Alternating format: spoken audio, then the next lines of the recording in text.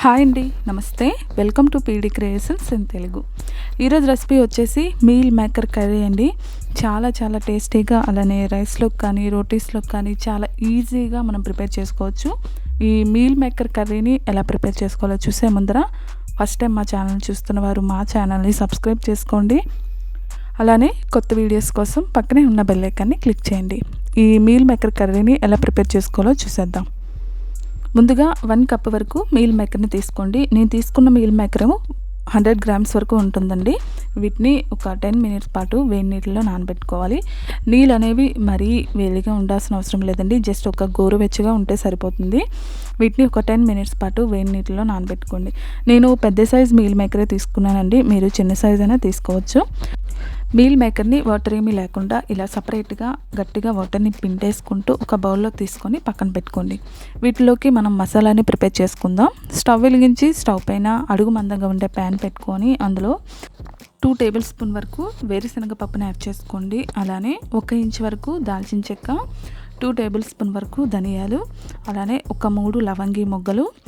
ఇవి కొద్దిగా వేగిన తర్వాత ఇందులో కొద్దిగా జాపత్రి, అలానే 1 టేబుల్ స్పూన్ వరకు జీలకర్ర, అలానే 2 ఇలాచీ మొగ్గల్ని యాడ్ చేసుకోవాలి. ఇలా యాడ్ చేసుకున్న తర్వాత ఒక చిన్న బిర్యానీ ఆకుని యాడ్ చేసుకోవాలి.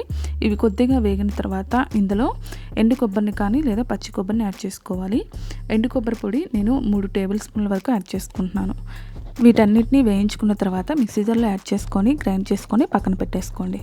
అదే స్టవ్ పైన ఇంకో కళాయి పెట్టేసుకొని అందులో 1 టేబుల్ స్పూన్ వరకు ఆయిల్ని యాడ్ చేసుకోవాలండి. ఇందులోనే ఒక 15 నుంచి 20 వరకు జీడిపప్పులను యాడ్ చేసుకోవాలి. వీటన్నిటిని గోల్డెన్ బ్రౌన్ కలర్ వచ్చేంత వరకు మంటని లో టు మీడియం ఫ్లేమ్లోనే పెట్టుకొని వేయించుకోవాలి. ఇలా కలర్ చేంజ్ అయిన తర్వాత వీటిని సపరేట్గా ఒక బౌల్లోకి తీసుకొని పక్కన పెట్టేసుకోండి.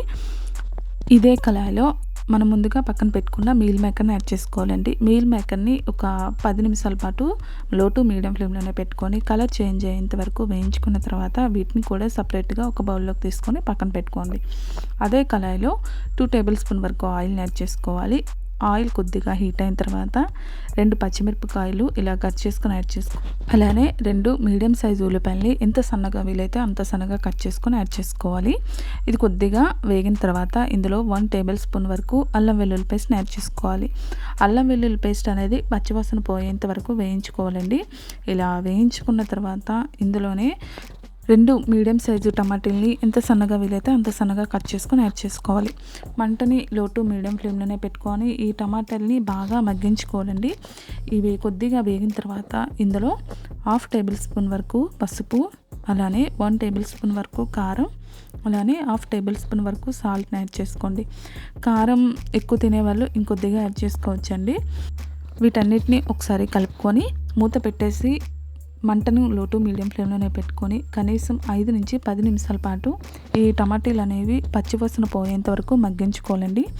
ఇలా మగ్గిన తర్వాత ఇందులో మనం ముందుగా గ్రైండ్ చేసి పక్కన పెట్టుకున్న మసాలా పౌడర్ని యాడ్ చేసేసుకోవాలి.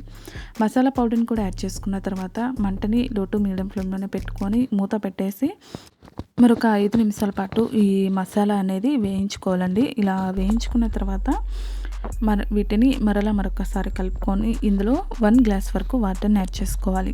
ఇలా వాటర్ని యాడ్ చేసుకున్న తర్వాత ముందుగా మనం వేయించి పక్కన పెట్టుకున్న ఈ మీల్ మేకర్ని కూడా యాడ్ చేసేసుకొని ఒకసారి కలుపుకొని టేస్ట్ చూసుకొని సాల్ట్ సరిపోదు అనిపిస్తే ఇంకొద్దిగా యాడ్ చేసుకొని కలిపేసి మూత పెట్టేసి మంటని లో టు మీడియం ఫ్లేమ్లోనే పెట్టుకొని కనీసం ఒక 10 నుంచి 15 నిమిషాల పాటు ఉడికించుకోవాలండి. ఇలా ఉడికించుకున్న తర్వాత కాసేపటికి ఈ గ్రేవీ అంతా దగ్గర పడుతుంది కదా, ఈ టైంలో 1 టేబుల్ స్పూన్ వరకు గరం మసాలాని యాడ్ చేసుకోవాలి. అలానే కొద్దిగా సన్నగా తరిగిన కొత్తిమీరను కూడా యాడ్ చేసుకొని మరొకసారి కలుపుకొని మూత పెట్టేసి మరొక 2 నిమిషాల పాటు మగ్గనివ్వండి. ఇలా మగ్గిన తర్వాత చివరిగా ఇందులో ముందుగా వేయించి పక్కన పెట్టుకున్న జీడిపప్పుని కూడా యాడ్ చేసుకొని మరొకసారి కలుపుకొని స్టవ్ ఆఫ్ చేసుకొని సర్వింగ్ బౌల్లోకి సర్వ్ చేసేసుకోవడమే. చాలా ఈజీగా అలానే తక్కువ టైంలో మనం ఈ కర్రీని ప్రిపేర్ చేసుకోవచ్చండి. ఈ మీల్ మేకర్ కర్రీ బిర్యానీలోకి కానీ, అలానే రైస్‌లోకి కానీ, చపాతీలోకి కానీ చాలా చాలా బావుంటుంది.